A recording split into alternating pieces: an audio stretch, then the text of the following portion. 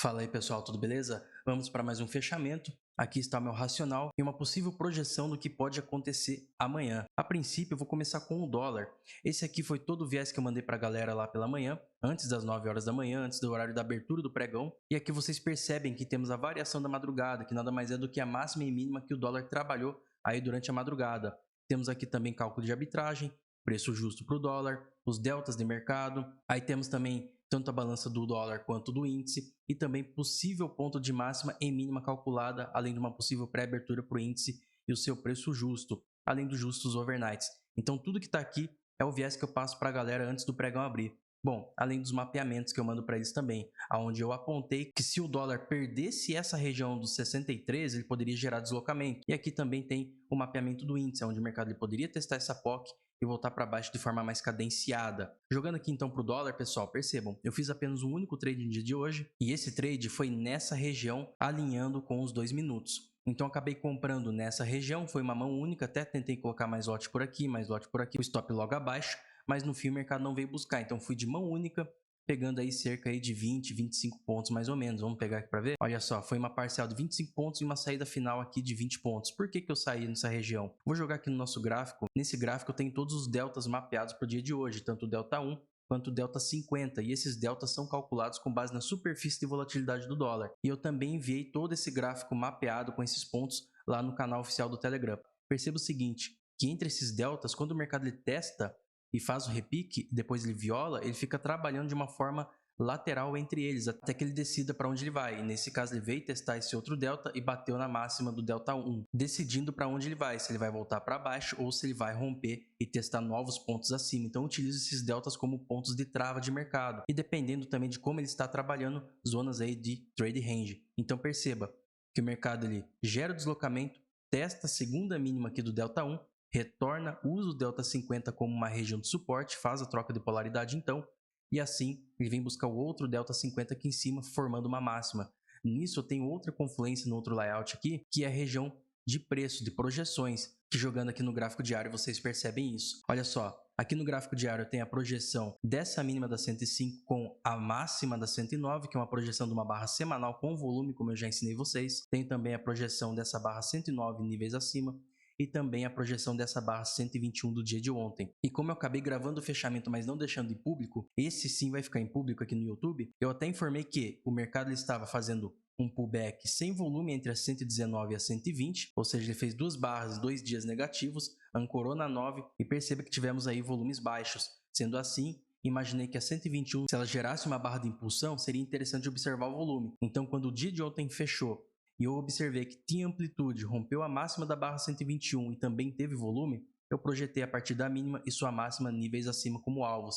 Sendo assim, eu acabei pegando então 3 pontos de confluência como alvo, região muito importante de trava do mercado. E o que o preço fez? Ele veio buscar essa região e logo em seguida ele fez o repique até VWAP. Eu acabei não pegando essa venda, foi um único trade. Já o pessoal da minha sala ao vivo, eles pegaram um trade melhor ainda, eles acabaram comprando nessa região. Eu demorei um pouco para comprar porque eu não estava na tela, eu atrasei um pouco hoje. Aí eu só aguardei um realinhamento aqui, um pullback oculto nos 15 minutos. Pullback oculto, pessoal, nada mais é do que isso aqui, ó. A primeira barra do dia, ele faz esse desenvolvimento e nessa que ele desenvolveu, ele fechou a primeira barra do dia, você tem o que? Um pullback nos gráficos aí de 2 ou 5 minutos. Isso aqui, esse pavio, é um pullback oculto, tá? Então eu aguardei esse desenvolvimento nesse fractal menor e acabei comprando pelo 2 minutos, como eu tinha dito. O único trade de hoje, e o que eu penso, o que pode acontecer, qual que é a minha projeção para o dólar amanhã? A minha projeção é o seguinte, temos aqui topos maiores, enquanto aqui no IFR temos topos menores. Isso aqui é uma divergência, isso é um sinal aí de que o mercado está fraco.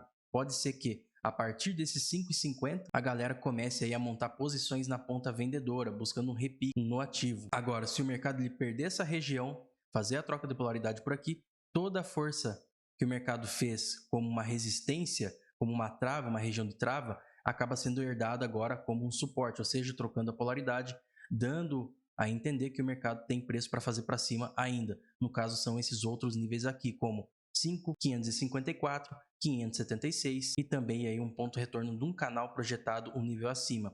Ou seja, estávamos também trabalhando dentro desse canal, que é a projeção de um canal anterior. No caso, ele acabou rompendo aqui. Então, se essa região for transformada em um suporte, a ideia é buscar mais ou menos essa região na casa dos 5,60, mais ou menos 5.576 seria aí os alvos de projeção. Voltando aqui então, jogando nosso layout de médias móveis, aqui nesse layout de médias móveis temos aí a 9 e a 20 flats junto com a 50, apontando então que essa divergência pode se pagar a partir daqui, e temos a média de 200 convergente aí com a 500. Então o mercado ele ainda é tendência de alta sem problema algum, mas o mercado ele está apontando em uma divergência já a partir dessa região de trava, além da divergência do IFR. 15 minutos, pessoal, o que temos aí? Temos topos maiores, o IFR pode ter topos menores também, vamos dar uma olhada. O IFR está com topos menores também no 15 minutos. Temos as 50 ascendente, as 200 ascendente e a 500 também ascendente, ou seja, a memória do mercado ainda é compradora. O que eu imagino? Se tenho essa divergência aqui e esses fundos aqui se afunilando, isso aqui é um padrão de cunha, tá? Um padrão de reversão. Então, o que dá a entender? Dá a entender mesmo que se o mercado ele perder essa LTA, pode gerar aí movimento na ponta vendedora. Ou às vezes o mercado ele pode até fazer esse repique, ancorar na 50 que está ascendente e continuar sua tendência. Uma outra coisa importante, temos aqui a projeção de 100% que alcançou e a projeção de 61.8. O ativo também pode então utilizar essa região de trava como resistência, como eu já citei, e também essa região de fundo aqui como suporte, ou seja, dando aí para nós uma quinta-feira talvez flat dentro dessa região. Então, se o mercado, enquanto ele não perder esse fundo, trocar polaridade e ter também realinhamento de médias móveis, você não pensa na venda, tá? A menos que o mercado ele faça a violação e volte para dentro desse caixote. Aí sim você ia vender como se fosse uma armadilha. Em caso de compra, o mercado ia precisar continuar com esse realinhamento de médias, fazer a ruptura com volume, fazer a troca de polaridade sem volume e ganhar novamente força aí com volume para continuar sua tendência. 60 minutos. Como o mercado não fechou ainda, falta 44 minutos, olha só, temos aí então o preço afastado da 9, o mercado em região de trava, como eu já citei, de alvos confluentes, e também você tem aqui divergências entre o preço, a média de 9 e a média de 20, tá? Então pode ser realmente aí que o mercado ele faça um repique na abertura amanhã, ou ele fique flat na região que a gente desenhou. Então é bom sempre desenhar 3 leituras aí do que o mercado pode fazer e depois só aguardar as configurações, o realinhamento do preço junto às regiões aí de trade location. Voltando a falar aqui então do diário, pessoal, percebam que o mercado ele fechou o dia de ontem então com amplitude, ancoragem e volume, utilizo das projeções e perceba, o mercado ele crava hoje 100% em uma região de confluências de alvos. Temos aqui 2 já projetados, que seria do semanal e do gráfico diário, e daí também 100% que seria da barra de ontem, 121. É uma barra com volume muito maior, ou seja, o mercado sinalizando que ele realmente quis romper essa máxima da barra 117. Então, se eu tenho uma barra de amplitude, ancoragem e volume, a ideia é que, fechando o dia de hoje, você também faça a projeção através da mínima e sua máxima níveis acima. Já que no semanal, perceba que o dólar hoje ele rompeu a máxima dessa barra 25 aqui, ele acabou não alinhando com essa 9, então eu imagino que até sexta-feira ele faça um candle, vou colocar em preto aqui, um candle mais ou menos desse tamanho, para daí sim, semana que vem, a gente começar aí o mercado mais na ponta vendedora, pelo menos para buscar essa média de 9 aqui que está afastada. Vamos ver o que vai rolar, se o mercado ele vai continuar puxando ou se ele vai começar a perder força para aí sim a galera começar a montar posições na ponta vendedora a partir daqui. Agora falando um pouco do índice, tá pessoal? Olha só a estrutura de mercado, temos aí uma região de lateralidade que o mercado trabalhou lá atrás, entre essa máxima e essa mínima aqui, dentro desse mês mesmo, tá? Então, o que aconteceu, pessoal? O mercado ele teve aqui um final de tarde do dia 24 ruim e ontem um dia um pouco ruim também, tá? Só que ele deixou para nós aqui uma LTB entre esses dias aí e também uma POC nessa região.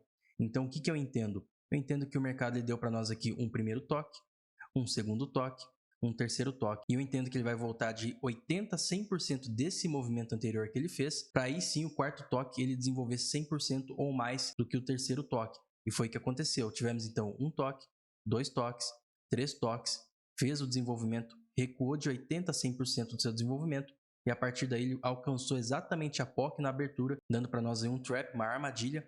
Ou seja, o mercado ele tentou romper essa LT, não conseguiu, testou essa POC, e a partir dessa POC o mercado gerou aí um deslocamento na ponta vendedora. Eu acabei não pegando essa venda, já meus alunos sim. Como eu falei, eu tinha perdido o time de manhã, eu entrei um pouco mais tarde na sala ao vivo, mas sem problema algum.